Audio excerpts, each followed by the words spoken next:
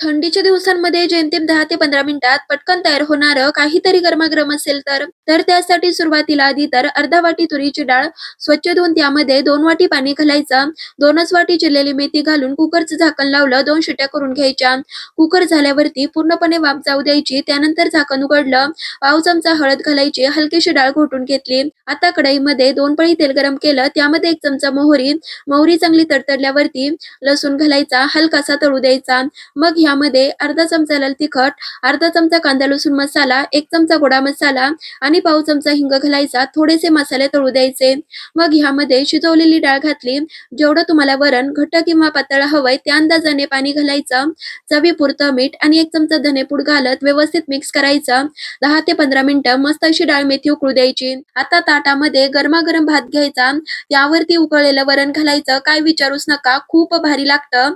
त्यामुळे तुम्ही सुद्धा ट्राय करा. लाईक, शेअर, सबस्क्राईब ही नक्कीच करा. धन्यवाद.